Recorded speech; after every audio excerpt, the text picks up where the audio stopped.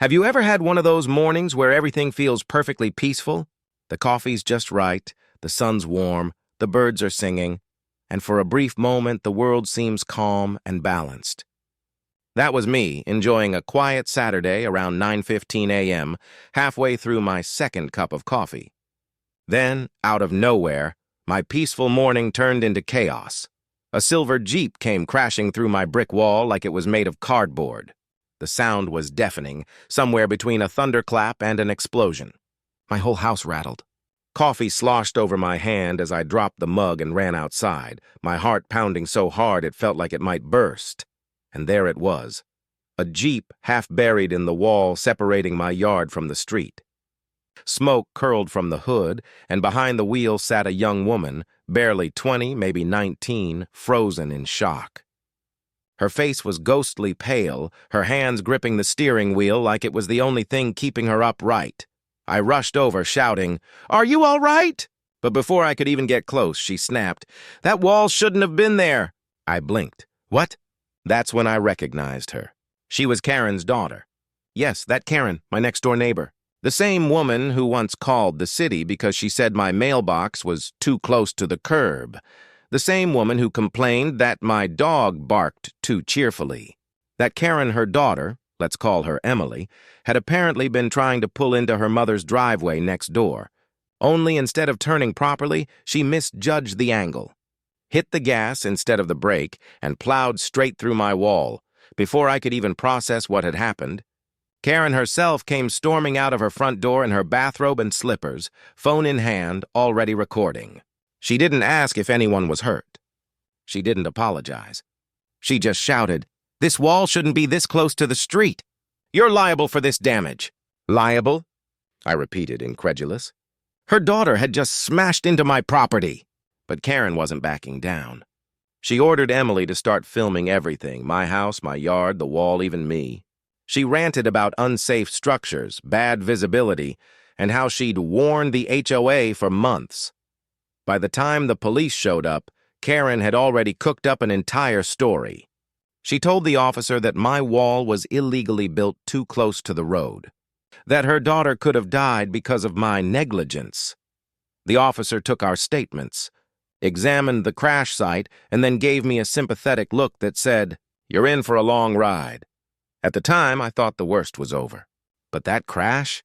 That was just the opening act. A week later, when the dust had finally started to settle, I got a letter. A thick cream-colored envelope with my name typed neatly across it. Inside was a notice of legal action. Karen's daughter, Emily, was suing me for property damage, emotional distress, and get this, unsafe residential design. I almost laughed out loud. Until I saw the number, they were demanding $25,000. According to the complaint, my poorly constructed and dangerously positioned wall was a foreseeable hazard to drivers entering adjacent properties. They even claimed it violated multiple zoning regulations. That's when I realized Karen wasn't bluffing. She was dead serious.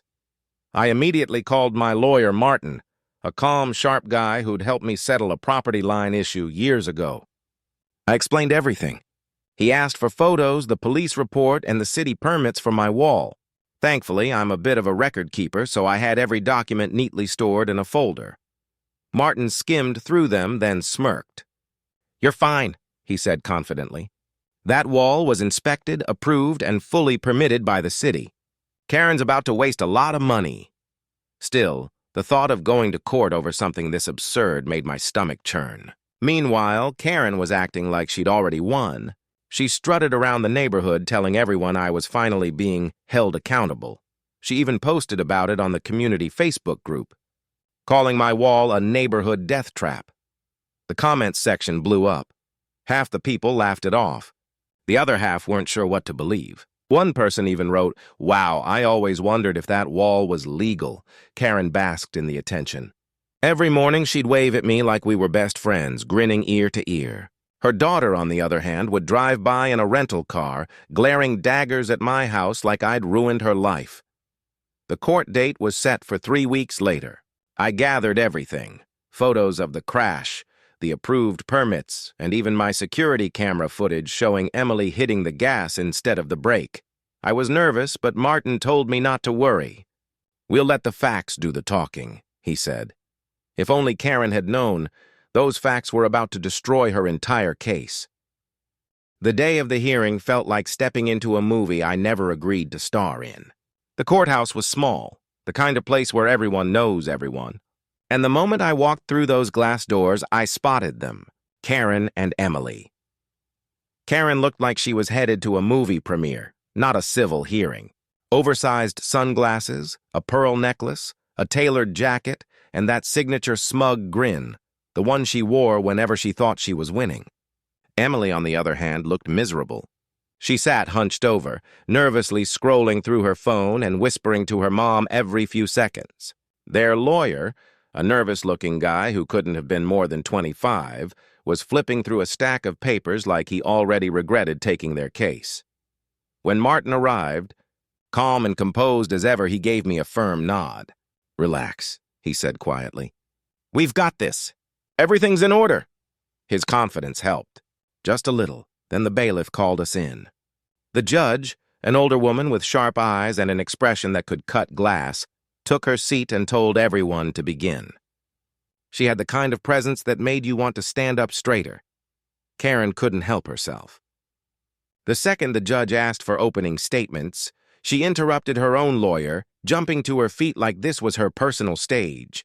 "Your Honor," she began dramatically, "my daughter has been through a terrible ordeal. She's been traumatized by this unsafe structure placed practically on the road." She waved her arms toward a set of photos she'd brought. Sighing dramatically every time the judge or anyone else disagreed, her lawyer tried to rein her in, gently tugging at her sleeve, but Karen was unstoppable. She pointed at the pictures, her voice trembling with righteous fury. "This wall is a danger to the community. I've been warning people about it for months." When it was Martin's turn, he didn't raise his voice. He didn't even flinch. "Your Honor," he said evenly, "the defendant's wall is completely legal, fully permitted, and structurally sound. What we have here is not a zoning problem. It's a driver error problem." Then he reached into his briefcase and hit play on the security footage. The courtroom went dead silent. On the screen, crystal clear footage showed Emily's silver Jeep turning far too sharply. Then, clear as day, hitting the gas instead of the brake. The vehicle lunged forward, smashing straight into my brick wall. There was no question, no ambiguity. The judge leaned forward. "That's your daughter?" she asked. Karen's face went pale. "Well, the footage doesn't show the full context," she stammered. "There was glare on the windshield. She couldn't see properly." Martin raised an eyebrow, smiling faintly. "Would you like us to slow it down, Your Honor?" They replayed it, frame by frame. Emily's hands airing the wheel. Her eyes were on the road. No glare, no sunlight. No obstruction, just a clear view and one bad decision. When the video ended, the atmosphere in the room shifted completely. Karen's lawyer sank into his seat. Emily looked like she wanted to vanish.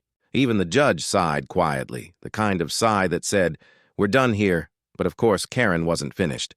She stood up one last time, ready to dig her own hole even deeper.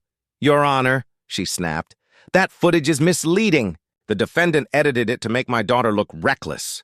The entire courtroom froze. The judge raised an eyebrow. "Are you accusing the defendant of tampering with evidence?" Karen blinked, realizing how bad that sounded. "I'm not saying he tampered with it," she stammered. "I'm just saying it's suspicious." Martin didn't even flinch. He calmly opened his folder.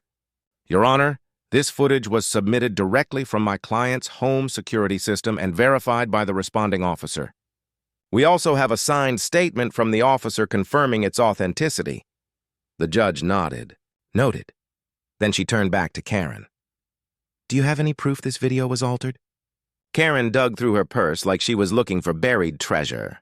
Finally, she pulled out a crumpled printout, a screenshot from the neighborhood Facebook group showing a blurry photo of the crash. "This one looks different," she declared triumphantly. The judge leaned back, unimpressed. "That's a Facebook post." A ripple of laughter spread through the courtroom. Even the bailiff coughed to hide a grin. Karen's lawyer closed his eyes, clearly wishing he could disappear. At that point, it was over. The judge looked down at her notes and spoke firmly. Based on the evidence presented, the court finds that the defendant is not liable for damages. The wall in question was legally constructed and permitted. The plaintiff's damages are the direct result of her own negligence while operating a vehicle. Karen went completely still. Emily's shoulders sank. Martin gave me a tiny nod. We'd done it, but then the judge continued. Furthermore, given the baseless nature of this claim, the court orders the plaintiff to reimburse the defendant for all legal costs. You could have heard a pin drop. Karen's mouth fell open. Excuse me, you're saying we have to pay him? The judge didn't even look up. That's correct. Maybe next time you'll take responsibility instead of assigning blame. And just like that, it was over. Outside the courthouse, Karen stormed past me without a word, sunglasses on, clutching her purse like it owed her money. Emily trailed behind her, head down, silent. For the first time since the crash, Karen wasn't yelling. And honestly, that silence was the sweetest sound I'd ever heard. A week later, a check arrived in the mail, full reimbursement for my legal fees. My wall got repaired brick by brick until it looked brand new. As I stood there admiring it, coffee in hand, I couldn't help but smile. Because some walls aren't just made of stone, they're built out of boundaries. And people like Karen, they'll never understand that. If you enjoyed this crazy story, don't forget to hit that like button, subscribe for more real-life drama, and drop a comment telling me what you would have done in my place.